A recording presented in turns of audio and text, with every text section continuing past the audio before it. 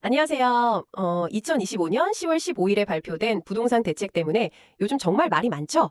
오늘 저희가 이 대책 요약 자료를 좀 입수했는데요. 이걸 보면서 핵심 내용이 뭔지, 또 이게 뭘 의미하는지, 앞으로 뭘 좀 주의 깊게 봐야 할지 한번 파헤쳐 보겠습니다. 좀 복잡해 보이지만 저희가 최대한 쉽고 명확하게 정리해 드릴게요. 네, 맞습니다. 이번 10.15 대책은 뭐랄까 정부 의지가 정말 역대급으로 강하게 느껴집니다. 자료 앞부분에도 나오지만 그냥 집값 잡겠다 이걸 넘어서요. 그 부동산 쪽 자금을 좀 생산적인 경제 쪽으로 돌리겠다 이런 큰 그림을 그리고 있는 것 같아요. 그러니까 투기는 막고 정말 집 필요한 실수요자 중심으로 시장을 만들겠다 이런 신호탄으로 봐야겠죠? 네, 가장 먼저 확 눈에 들어오는 건 역시 규제 지역을 엄청나게 늘린 건데요. 서울 전역에다가 경기도 주요 도시까지 다 포함됐는데 특히 그 토지거래 허가구역 지정. 이게 정확히 어떤 의미인가요? 그냥 거래할 때 허가만 받으면 끝나는 건가요? 그게 단순 허가 이상의 의미가 있습니다. 일단 토지거래 허가 구역으로 지정되면요. 집 살 때 자금 조달 계획서 내는 건 기본이고 내가 정말 여기 살 거다. 이걸 명확하게 증명해야 해요. 예를 들면 뭐 2년 이상은 반드시 직접 살아야 하는 의무 같은 게 생기는 거죠. 그러니까 갭 투자처럼 잠깐 사뒀다 파는 거 이런 건 이제 거의 불가능해진다고 봐야 합니다. 아, 실거주 의무가 붙는군요. 네, 서울 전체랑 뭐 과천, 성남, 광명 이런 경기도 핵심 지역들이 다 포함됐으니까요. 수도권 대부분 지역에서 이제 집 사는 게 훨씬 까다로워진 셈이죠. 그렇군요. 그리고 대출 규제. 이건 진짜 와, 역대급이다. 이런 말까지 나오던데요. 특히 집 있는 사람은 LTV 0%라니요? 이건 뭐 그냥 추가로 집 살 돈은 빌리지 말라는 얘기잖아요. 왜 이렇게까지 대출을 세게 조이는 걸까요? 맞습니다. LTV 0%는 정말 강력한 조치죠. 제 생각에는 정부가 너무 과도하게 빚내서 집 사는 그런 투기 수요가 시장을 불안하게 만드는 가장 큰 원인 중 하나다 이렇게 본 것 같아요.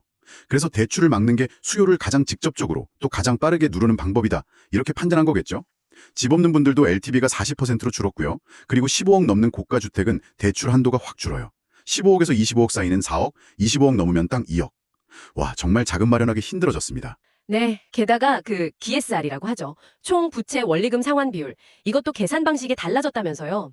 전세대출 이자까지 넣어서 계산한다니 이게 구체적으로 어떻게 되는 건가요? 그건 쉽게 말하면요. 이제 전세대출 갚는 이자까지도 그 사람이 빚을 얼마나 감당할 수 있나 이걸 따질 때 포함시킨다는 거예요. 예를 들어 월급 500만 원 받는 분이 주택담보대출 말고 전세대출 이자로 한 달에 30만 원을 내고 있다. 그러면 이 30만 원 때문에 추가로 받을 수 있는 주담대 한도가 줄어드는 거죠. 아, 개인의 빚 상환 능력을 훨씬 더 빡빡하게 보겠다 이런 거군요. 네, 맞습니다. 전체 빚을 다 보겠다는 거죠. 대출 문턱이 이렇게 높아진 것 말고도 집 여러 채 가지신 분들, 이분들한테는 또 어떤 변화가 있나요? 뭐 세금이나 거래 제한 이런 부분들이 좀 보이던데요? 네, 다주택자에 대한 압박도 상당히 강합니다. 우선 집 살 때 내는 취득세가요. 2주택자는 8%, 3주택 이상이면 무려 12%로 확 오릅니다. 그리고 집 사고 나서 바로 못 팔게 하는 전매 제한 기간도 늘었어요. 수도권은 3년, 지방은 1년으로요. 또 청약 당첨됐을 때 다시 청약하기 어려워지는 재당첨 제한 기간도 최대 10년까지 늘어났습니다. 그러니까 여러 채 가지고 시세 차익 노리는 게 훨씬 더 어려워진 거죠. 재건축, 재개발 쪽도 규제가 들어갔네요. 이것도 투기 막으려는 의도겠죠. 구체적으로 어떤 방식인가요? 네, 핵심은 두 가지인데요. 하나는 조합원 한 명이 새 아파트 딱 하나만 받는 걸 원칙으로 하고요. 또 하나는 조합원 자격을 사고 파는 걸 더 어렵게 만드는 겁니다. 예를 들어서 뭐 재개발 초기 단계에 있는 빌라 같은 거 사뒀다가 나중에 입주권 받아서 비싸게 되파는 식의 투자 있잖아요. 그런 걸 막겠다는 거죠. 아, 초기 단계 투자를 차단하려는 거군요. 그렇죠. 사업 초기 투기성 거래를 막으려는 목적이 강합니다. 시장 질서를 잡겠다는 의지가 이 불법행위 단속 강화에서도 보이는 것 같아요. 부동산 거래 감독기구? 이거 이름만 들어도 좀 세 보이는데요. 네, 국무총리 직속으로 이런 기구를 만들어서 아예 상시 감시 체제로 가겠다는 건데요. 특히 30억 넘는 초고가 주택 거래나 좀 의심스러운 증여 거래 같은 거는 전부 다 전수 검증하겠다는 거예요. 거기다가 국세청 탈세 신고센터도 돌리고 경찰 특별 단속까지 한다니까 이건 뭐 정부 차원에서 아예 불법 탈세 뿌리 뽑겠다는 강력한 메시지입니다. 다만 보유세나 양도세 같은 전체적인 세금 제도는 좀 더 연구해서 나중에 발표한다고 하네요. 이야, 들어보니까 정말 규제 지역 확대부터 대출, 세금, 재건축, 불법 단속까지 와, 빈틈이 없네요. 정부가 시장 안정시키겠다는 의지가 얼마나 강한지 진짜 알겠습니다. 네, 그렇죠. 그래서 단기적으로는 아무래도 돈 빌리기도 어렵고 세금 부담도 커지니까 거래 자체가 크게 줄어들 가능성이 높아 보입니다. 뭐 투자나 투기 목적 수요는 좀 줄어들고 시장이 점차 실수요자 중심으로 바뀌지 않을까 싶어요.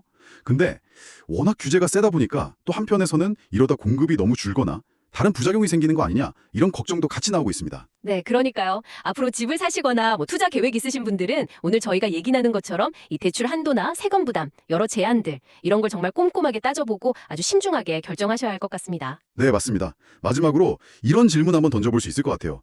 과연 이 초강력 규제들이 정부가 의도한 대로 투기 심리를 잘 잠재우고 좀 장기적으로 주거 안정에 도움이 될 수 있을까?